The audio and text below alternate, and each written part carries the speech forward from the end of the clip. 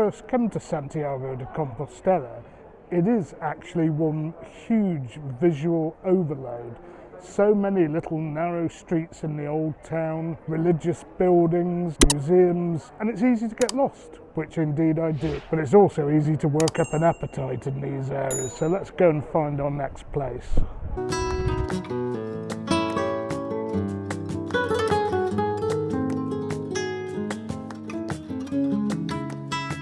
So I'm outside the restaurant Ribadavia, and if you remember last night I had the bomba with the thorther inside it, and I thought, well, we've got to try the real thing, an actual plateful of that sort of stuff, because it was nice, it was spicy, and it goes well with the local red wine. So let's have a proper dabble at that this time. And in case you're wondering, that is my wine and bread coming up. Quite a religious thing, wine and bread, I think, isn't it? And I don't know anything about this place. I didn't even look it up. What I did see was the produce in the window, some fresh meat, seafood, and crabs and lobsters, other shells in a tank. And I thought, well, if they look after their stuff like that, then I think probably it's somewhere I should have a look at. So the wine has arrived. It's got a lovely rich purple glow to it. Let's hope it tastes as good as it looks. And it is very much in my style to go around and just have a little bit in a few places and a glass in each place. Again, for the house wine, that is pretty good stuff. I guess they get through it quickly, they keep it well as well, because my biggest bugbear is hot wine. If your room is 23, 24, 25 degrees, or however warm you keep it, or even 22 or 21, your wine is going to be too hot at that temperature, and you're going to kill half of the flavour, if not all of it. Anyway, I've just looked at the TripAdvisor rating for this place, and it is absolutely shocking. It's like 532 out of 553. So I hope I haven't walked into a tourist trap, but I've only ordered a tapa, so can always have another one somewhere if it's not too good, and you know, maybe the dish will be fine. The TripAdvisor isn't everything. Sometimes it's people griping about service and stuff like that. Let's not knock this place before we actually get to try what they have. Now, the food has arrived and it doesn't look at all as I expected it to be, but maybe this is how it should be. I've never had it before, so who knows. So what you have here is a fatty cut of pork cooked in paprika. Tastes reasonable. I wouldn't say it'd be my first choice of dish ever, but it is traditional and local, and until I try another one, I won't know whether this is any good or not. And the wine, in fairness, does go reasonably well, so I will try one potato. That's actually pretty good. That's a decent chip, that is. That's all I'm going to have in the chip department, because I don't want to fill myself up on potatoes when there are, shall we say, bigger fish to fry here. I'd actually go a bit further. I think this is quite tasty. So, it was a local dish, they're probably good at doing it, and the portion was very generous for €7. So I can't say anything about everything else, but whilst it wasn't outstanding, it was solid, decent. Anyway, on to the next place. Cheers.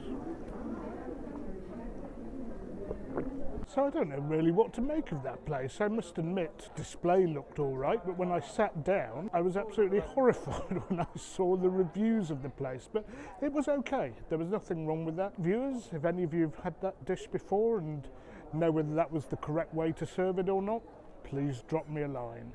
Now, a little detour before we go on to actually have a little bit more to eat.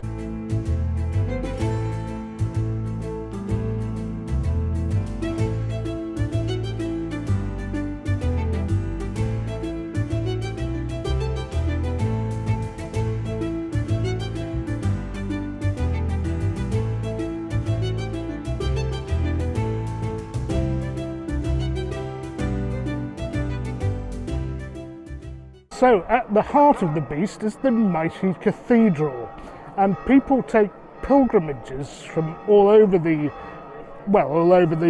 Catholic and I suppose Christian world to come here.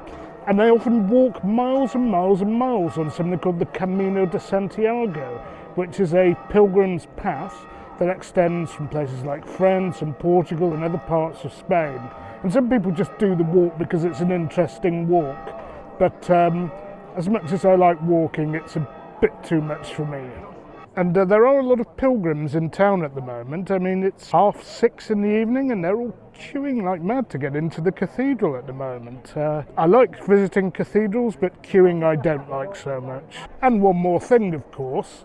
You might have heard some pipes playing in the background, the Ulen pipes.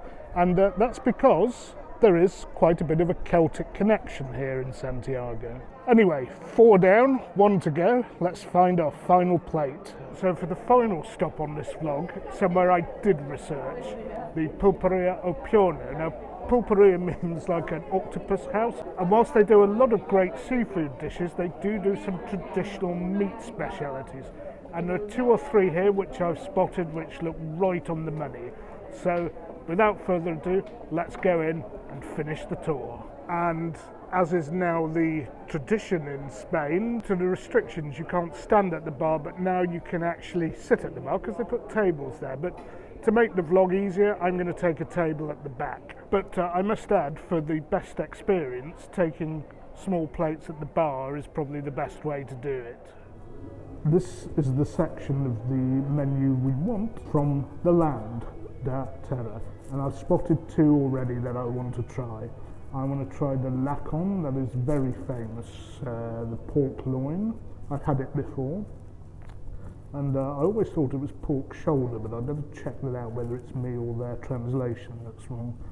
And the other one is chicharron, which I think is crispy pork skin, but I'm going to check that translation as well. So yes, I was right. Lacon is pork shoulder and chicharron is pork rind or pork skin, or like pork scratchings. So for those of you watching the football in the pub tonight, maybe you should have some of this with your beer. Tomar lacon. Okay, perfect. Y chicharrones. Y los dos son típicos de Galicia. Yes. Sí, ¿y cuál vino es adecuado con...? De Galicia es el vino Mencía. Ok. ¿Vale? Y después también tiene vino de la casa, que se sirve en jarras, es un ribeiro tinto, y se toma como se tomaba tradicionalmente antes, en las tazas de vino o cuncas en el idioma de aquí de Galicia. Perfecto, lo tomo. Ok, pues venga, arrancamos. Well, ladies and gentlemen, boys and girls, is that enough bread for you? So, they've brought the bread. Talk about feeding the 5,000. You could probably give a bit to everybody at Wembley and they'd be happy tonight. Aha, the red wine has arrived and it is being served from a carafe into a cup in the traditional local fashion. Something I've not tried before. I did have red wine, local red wine from a vessel like that on a food tour in Porto, actually. So, actually, the second time. And what I will say is that it doesn't detract from the taste at all. Possibly enhances the taste. Nice again, served at a good temperature. So, another thing I have to add here, by the way, is with pork, in my opinion, you can go either way. If you're going to have a red, probably not too heavy a one, and this one is medium body, and you could have a meaty white, if whites can ever be meaty, but a substantial dry white does work well with pork as well. It's always on the borderline. I suppose at the end of the day, you can have what you like. If you really want to have sweet white wine with beef, then that's your choice. And of course, when I see wine like this, it always gives me a positive impression, because you might think, oh, where's the fancy crystal, where's the decanter, where's the bottle? But wine like this is made for drinking, not for selling. So something is coming from the trolley from upstairs. Is it mine? It is mine. Here we are. Aquí tenemos los chicharrones, ¿vale? Esto es una carne de cerdo picada, va frita, prensada y después se seca. Okay, okay. Dry, So fried, pork. and then dry. This is pork loin. Entonces el lacón típico de aquí de Galicia, ¿vale? Que se come con aceite, with oil and pepper, pimentón. It looks gorgeous, thank you. Venga, bon appetit. So, salad dodgers of the world unite. What a meaty feast we have here. And I'm quite looking forward to this. Two very traditional local meat preparations. Chicharron or pork rind you see in a lot of places, but this is done in the Galician style.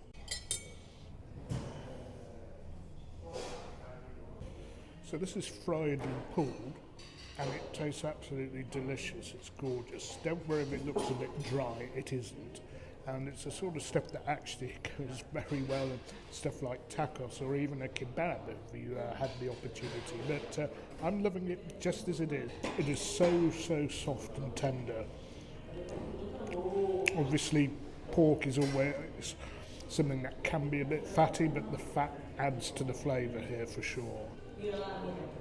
And this is something you will rarely see on the menu, so you really got to come out to a Spanish-speaking country to try this stuff. It's very slightly spicy as well, which is good. And meat like that deserves a quick slurp, of course. Now, onto the lacon, or the pork shoulder, cooked with olive oil and paprika, which is a classic Galician combination.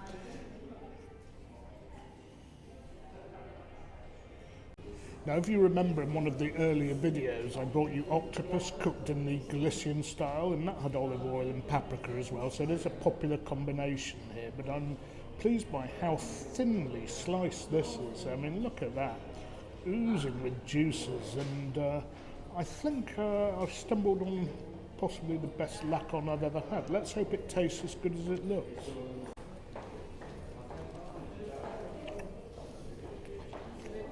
Oh wow, wow, that's melt in the mouth stuff. That is tender, flavoursome pork shoulder. The olive oil and paprika brings those meaty flavours shining through. This is without a doubt the best lacon I've ever had. Okay, I've only had it 4 or 5 times beforehand, but I've had 6 slabs of pork before, so lucky you, mutton, finding a place that served a dish as well as this. Now, whilst I might not eat all of the chicharrones, I'm going to eat all of this because this is the business, it's the dog's bollocks.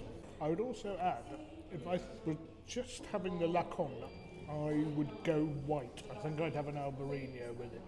But with the chicharrones, I would have the wine I'm having. And I wonder whether this serving wine in a Chinese-style teacup is a way of avoiding licensing people. I remember once at a Chinese they did exactly that. They poured white wine into a cold tea kettle and served it in teacups so that the police didn't do them for serving late. And a very good combination, of course. So the waiter was really kind, and he's thrown in some pimentos de padron, which are as local as it can get. So that's me done. Last quick slurp, finished the lacon, couldn't finish the chicharron because the portions were so generous. And if you want to try traditional dishes like this, I can't recommend this place enough. And I have to say, what tremendous value for all that. I mean, that was more than I could eat. As for the wine, it was great stuff. $3.80 for a jug of decent red wine. Well, so I'm going to sign off. Lots of great content coming as usual. And don't forget to like, share and subscribe because it helps me so much. Stuff coming from all over Portugal and Spain your way soon when I can get a decent internet connection. And I'll see you on the next one. Bye for now, and don't forget, you can't beat a bit of mutton.